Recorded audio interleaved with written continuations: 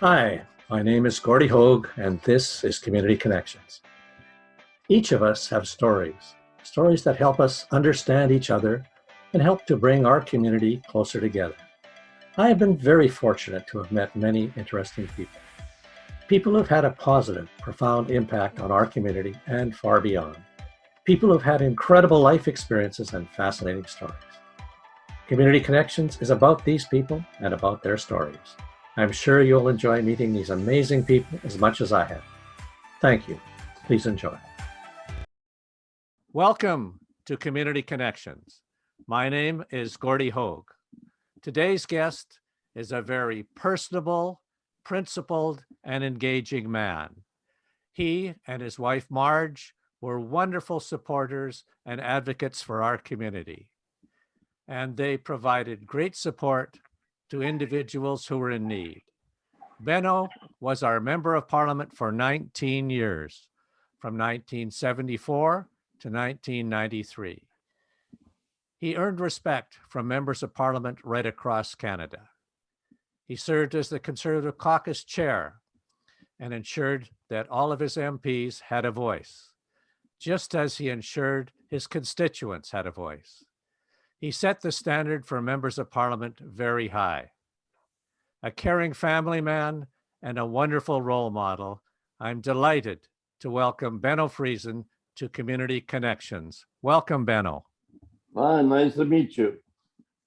A pleasure to have you. Now, Benno, I understand you were born. Oh, yeah, I was. You were in Nelson, BC. Can you talk a little bit about growing up and how you eventually moved to South Surrey White Rock? Sure. My family lived in a little village on the Arrow Lakes called Renata. It was not much more ground than you needed to have for an orchard, but there were a lot more people there than that. And it was an ideal place. However, it was also very isolated. There was no railway, no nothing. You had to catch a boat, but you'd have to row across the lake to get to a road. And so it was really quite isolated. And my parents decided to go back to Saskatchewan, which where all the Mennonites went anyway. And we moved to Saskatchewan, Rostern, 30 miles north of Saskatoon. And it was a few months after I was born, the stock market crashed, and believe me, it affected the whole town, the whole province, the whole country. Everybody was in agony over that. And so Saskatchewan was just as good for us as being in Renata, because at least you had a community in Saskatchewan. I think my dad thought he might get a homestead, but the rules were against him. He didn't realize you had to give notice and you know, government papers. Yes, we do. Yes, we do. And anyway, we lived there for 6 years. And I didn't know this until after I retired, but when I went to university in Chicago, I had to take an American history course, and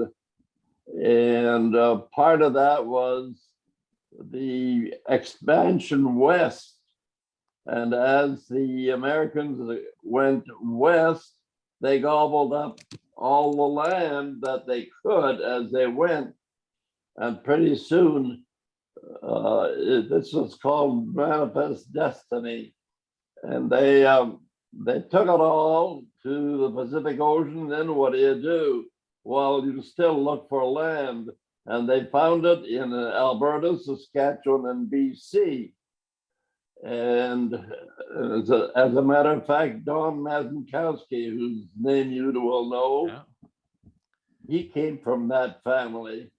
And my sister-in-law came from that family, and they lived in Alberta.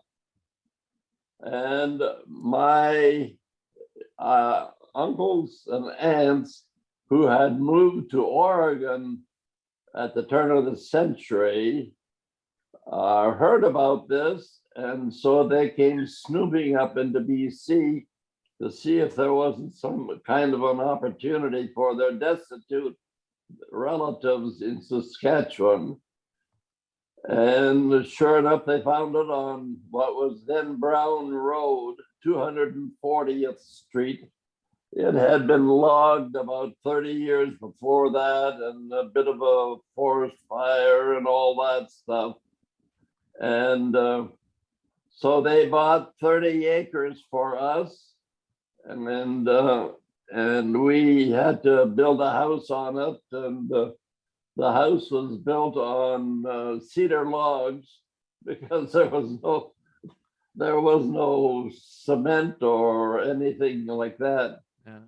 For easy building. At any rate, as soon as we got there, my dad found out that all the land around him was also manifest destiny. And so he started finding who owned it. It was a lady in Berkeley, California, that owned all that land. And he cut a deal with her that he would be the land agent for her on Brown Road, and that's how we landed there.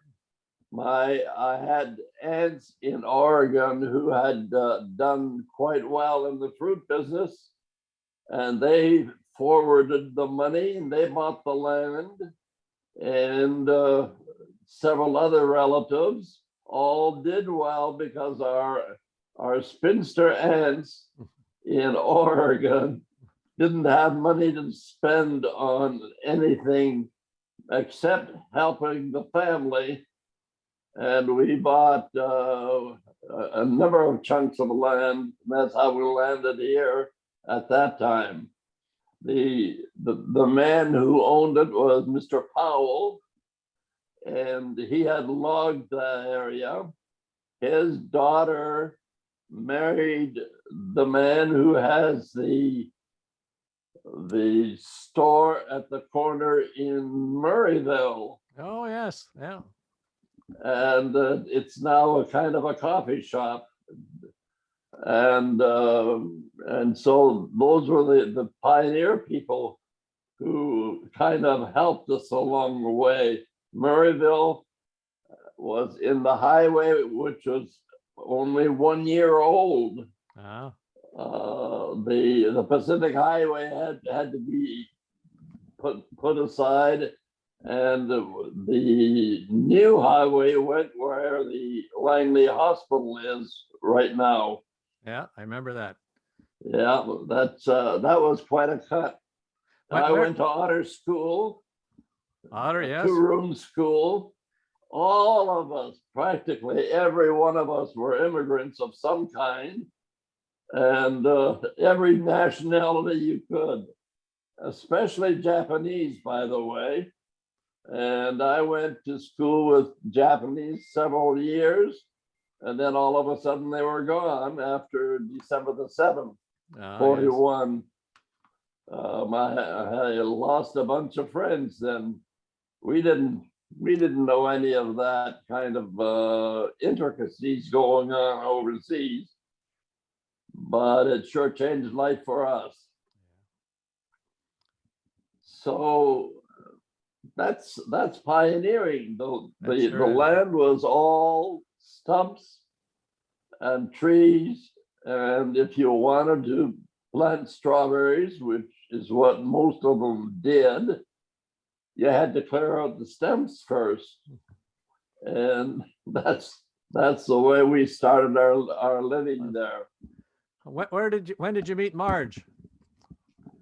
Well, we moved there in 1938. She was born in Drake, Saskatchewan, which is in the potash country now. And they moved to BC in 1947. Lucky for me, because she was a charmer from day one. Yes. And I mean, day one. Yeah. It was a great day for us.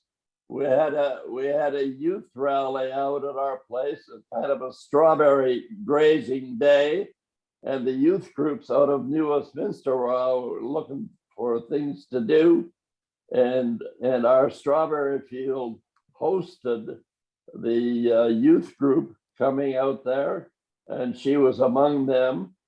She lived just down the road, but she came with them, and that's when I first saw her. And the rest became history. The rest became history. I never did. I never did forget the first time I saw her. You have to tell them your age difference, though. Oh yeah, we were 5 years apart. She was 13, Gordy. Uh-huh. Well, the road was fairly bare. There weren't many neighbors, so you picked there, and man, did I land a winner on that one. You sure did. Yeah. So when did you get married? In 52. 1952. She was on her 18th birthday. Yeah. And it was the making of my life to have a girl that was so easy to like. She made a lot of friends. She sure did. And where did you first live?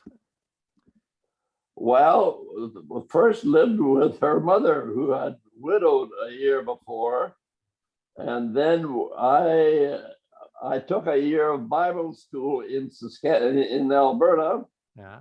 And then a year after that, decided to go to, our church had a college in Chicago. We decided to go there. And we spent the next 7 years in Chicago and Iowa, and then came back here to Langley, to Seal Cap Dairy Farm, which was the elite dairy in the Langley area, and was going out of business. And the church bought the land to be the home of Trinity Western University now. And you became actively involved with that over the years. There were 4 of us that were the original faculty, and then I was teaching history and English.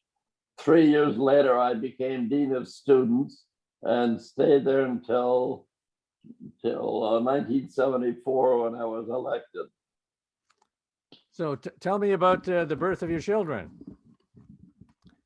Well, our oldest girl, Cindy, was born in Chicago.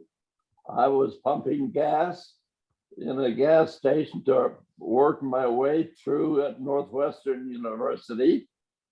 And Lynn was born in Iowa, Clinton, Iowa, which is where I was teaching in the junior high that had opened just then.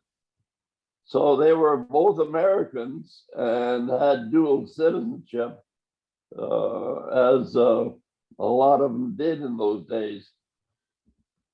What got you interested in politics so that you ran in 1974? And what was your... Well, I was kind of burned out when you're pioneering a new school and you're depending on the enrollment and the number of courses you could teach and all of those things that happen to you.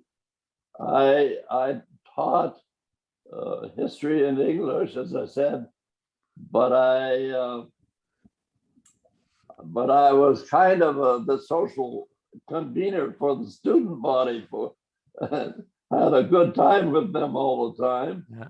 And so it was kind of a natural after 3 years to become the dean of students, and had a good time.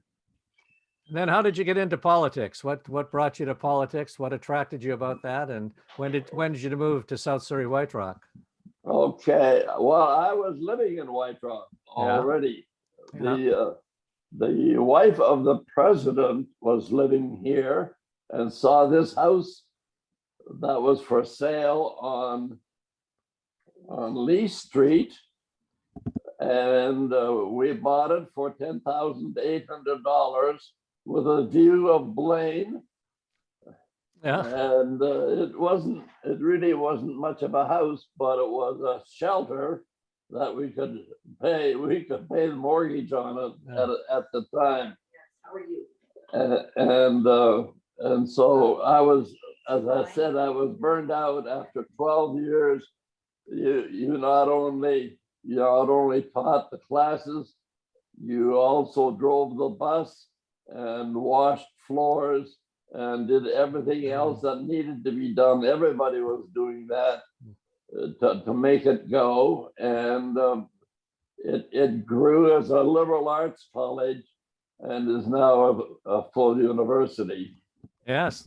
So then you evolved from that and went into politics in 1974. So how did that come about? Did somebody approach you? Well, one of the guys on the board at Trinity was a member of parliament in Alberta at Red Deer, which it was very blue, very blue.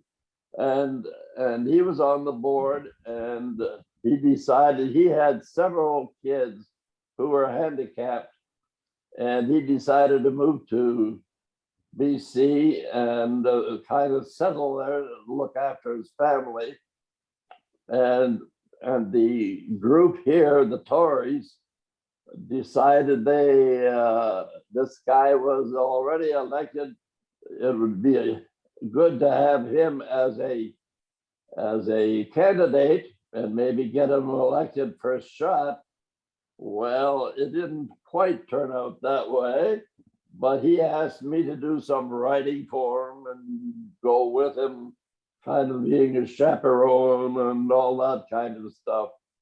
And people in the crowd, even people from other parties, said, "Hey, you seem to have a bit of a flair for this. Why don't you go on it the next time around?" And Marge and I talked about it and decided, well, why not give it a shot? Actually, if the truth were told, I decided this was a trial run, and I might not make it, but I can use the intervening time to build a base. And so that's what we did. It so turned out that it was a good run, and the Tories were starting to come back, and I won, but with a very, what should I say, generous margin at the start. It was a great experience.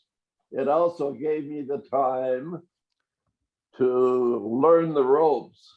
It's quite a job to go from a strawberry farm to a junior college to a member of parliament. Yeah. So the people were very nice, and they would meet me at any time, and we had a good time. Yeah, I think I first met you in 1974. My mother-in-law was a good, strong Tory, and she hosted a meeting for you at her house. Yes, yes, and you survived. And I survived. Yes, indeed. Now, you had a wonderful reputation as the caucus chair for ensuring that all members of your caucus got a voice, and you did the same thing in the community. And I think that you set the standard very high for members of parliament. Can you talk a little bit about the community work you did? How you stayed engaged so positively with the citizens of your ridings? Well, I'll tell you, it has been a radical growth. Surrey has in the last 30, 40 years. It is a different place. When we came here, the blackberries were growing along the railway track, huge water holes beside the tracks. Yeah. I remember one alderman running for council had a slogan, "Blackberries don't pay taxes." and he did very well too. So it was a different town. The train stopped at the station all the time, and Marge and I bought a brick down there, make sure that that was filled up, and it was if you go to one of the auto shops here, you see a photocopy of an old newspaper out of Vancouver where you could get a lot free in White Rock by subscribing to the paper and get and that was an amazing thing. I'd stop in there and read that every once in a while. Yeah, that was before the Patella Bridge, and you could hardly get out from Vancouver yeah. in those days. 25 cents you could cross it. Yeah, that's right. So I remember you were active in ensuring that. Well, I've lost you.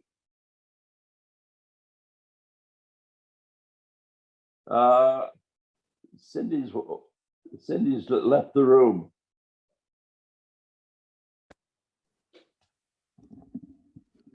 So you were instrumental in helping us get the free trade agreement. Yes. Yeah, so I remember, can you talk a little bit about that? I remember, I think I was mayor at the time, and you invited me to go to the Peace Arch with the mayor of Blaine, and you'd arranged for, I think, across Canada, but you were, as a member of parliament on a Canada-US border, you were instrumental in helping that come about. Can you talk a little bit about the free trade agreement? Yeah, they came about because Brian Mulrooney believed in it. The other thing was the Crow rate. Yeah. You remember the Crow rate? Yeah. That was a thorn in the side for Westerners for many years, and we got rid of the Crow rate so that people would have a fair chance to trade. And then came the free trade agreement. It really was the chemistry between Mulrooney and Reagan. Yeah, made that happen. They were I think a pair of Irish people who loved that kind of politics. They were slapping each other all the time. Yeah. And so if you have goodwill on both sides, you can get a lot of things done. Sure can. And that's probably the biggest problem in politics. People think that you have to have a fight in order to get elected. You might have to have a fight to get attention, but you won't solve much that way. But that's how the free trade agreement was dealt with. These two guys liked each other, and they said to each other, "We're going to make it work," and it did.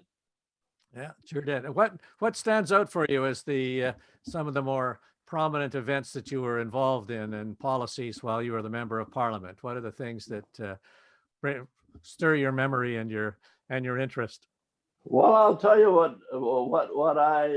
what is very important to me personally. I I was home, and a lady, a grandmother phoned, said her grandson had been kidnapped by her daughter's ex-husband. I said, what do you mean kidnap? You don't kidnap your own kids. There is no such thing. Oh, yes, there is. And so we checked out on, I think it's 251, section 251. And sure enough, the bill came kind of by the they transported the criminal code from England and used it in Canada. Yeah. They didn't bother with cleaning it up a bit. And so here we are in 1976, and we have a criminal code where the father can run off with a boy and the mother can do nothing about it because it isn't kidnapping. And it's amazing to think of that now. So we worked on that, and I started with motion, and I was now in opposition, and in the Liberal caucus decided, hey, that's not a bad deal, you know. And I suspect there were some officers in the Justice Department said, it's about time. and I worked 6 years on that, because every year there was another clause that had to be added. So you start with the local, and then the regional, provincial, and then it was Canadian, and then it had to go to Europe for the bill to have universal effect on it. So we worked, and I was on the street one time in Ottawa, and there's a guy, I keep thinking he's in hush puppy. He's probably an officer in the department. And the guy walked over and he says, well, Freisen, you know, you're on a good thing, keep it up. And so every year we'd add another clause.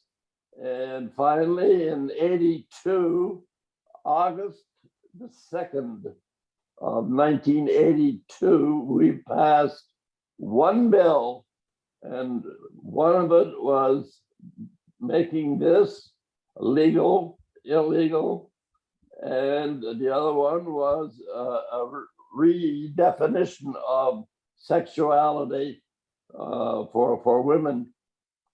And a few months later, Marge and I were sitting on a park bench in the shopping center, and this gray-haired lady came to talk to me and said, I want to thank you for that bill.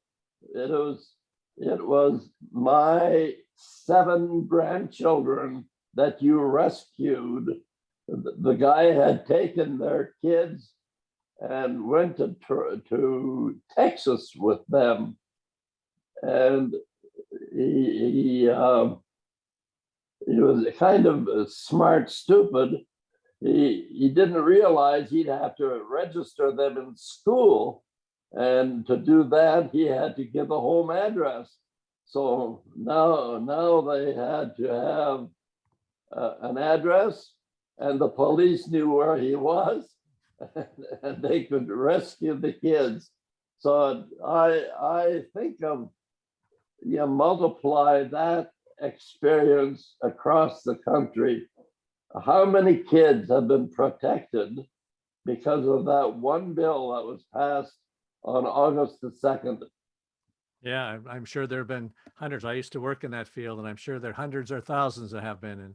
And in fact, what you were doing is creating equity between man and woman that wasn't in the Yeah. legislation before. So That was a wonderful forward. So what kind of messages would you give, having had your experience in the House of Commons? What message would you give to citizens today about the role they should be playing in our democracy and in our country? Well, right now, my own pulse, having been here for since 1938, and the changes that I've seen and the things that I wish hadn't happened, that we need to protect the water and the forests and all that. I'm not a green person, but I think we have to look at that very cautiously to make sure that there is something 50 years from now. I remember talking to some of the local councillors in Surrey Hall, and he came to me and said, I've used your clip because you said 50 years from now, you probably won't know Surrey. And you got the bend down on the Fraser, and all the wood that's been cut, and the streams. When I used to go walk to school at Otter School, wintertime, it was raining every day, and the ditches were full of water, and the salmon were going up the ditches. And the farmers would come out with their pitchforks and gaff them and use those salmon for fertilizer around their fruit trees. You'd be hard to find out how you could do that now in any of those ditches. Yeah, they certainly couldn't find that. And I think that I have a friend who lived on the Clough Road, and he said near King George Highway, and he said the salmon used to swim up a ditch in front of his place back in the 1950s. You know, kids are always going fishing, and I went fishing one day, and the Salmon River, which goes by Trinity right now, was on Brown Road. It was fed by the ditches on Brown Road. So I went fishing one day. You know how kids are with the pin and the string and what have you. And I go down to the Salmon River to fish, and I caught one that was about 5 or 6 inches long, and I brought it home, showed my brother, and we're looking at it, and all of a sudden the picks came out of the side of it. Here it was. It was not a salmon. It was not a trout or any of those. It was the sturgeon. Wow. It was a sturgeon that I had caught. I was holding it in my hand, and all of a sudden he plucked them out, and I had a jab in my hand. I don't know. I would imagine you could still find a few sturgeon, because I have read since then that they have a similar cycle as the salmon, and they are big in the Fraser River, and they have their eggs in the creeks, and then they go out to the ocean and spend about 3 years out in the ocean and come back. Catch and release, Catch, right. So, Benno, what message would you give to people who are just coming to this country? I know that we've got lots of immigration, and we've got a vast, large country. What messages? What do you think the future of Canada is? You've got great experience and great sense. What do you see as the future of our country and the direction that we need to go to ensure that we are that inclusive country that you helped build the confidence in? Well, the first thing I think that we have to learn is that we should all like each other. Yeah. I went to school with Swedes and Ukrainians and Japanese and English, and a Mennonite, and all of us didn't give a hoot who the other one was. We all played ball together and what have you. Have to carry that. Oh, we had one black family. Yeah, you have to like each other before you can love each other, and yeah, that's probably the biggest thing you can do. The immigrants are the most imaginative people in the country. They see things that they can do and make some money that the rest of us walk past. And that's too bad, because they are the ones that make the country work. Yeah. And it's interesting as you talk about the multicultural nature of your growing up. And it seems that most cultures, most people care about the same things. They care about family and about getting ahead and Yeah, engaging in that way. yeah, that's absolutely true. Yeah, they come from a country where there's been a problem, and they want to get away from that problem and not meet it again in the next one. Yeah.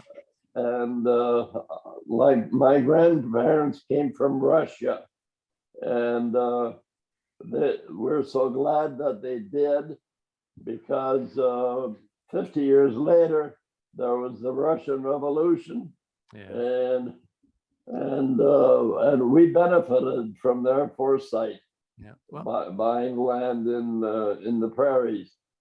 well, most of us are immigrants here, and most of us are very blessed to have this country to live in and to be a part of.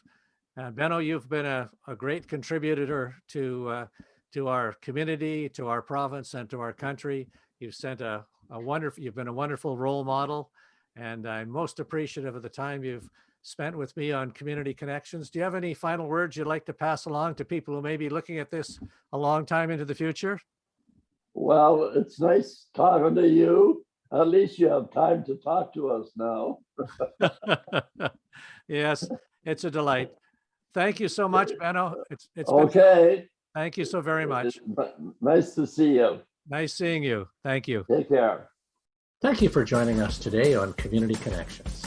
Please tune in to our next show as more amazing people share their wonderful stories. If you haven't already, please click on the red subscribe button below, right down there, and view our updates. Feel free to leave any thoughts or comments that you may have. We're always trying to do a better job of connecting this wonderful community. Thanks again for joining, and until next time, keep connecting. Thank you.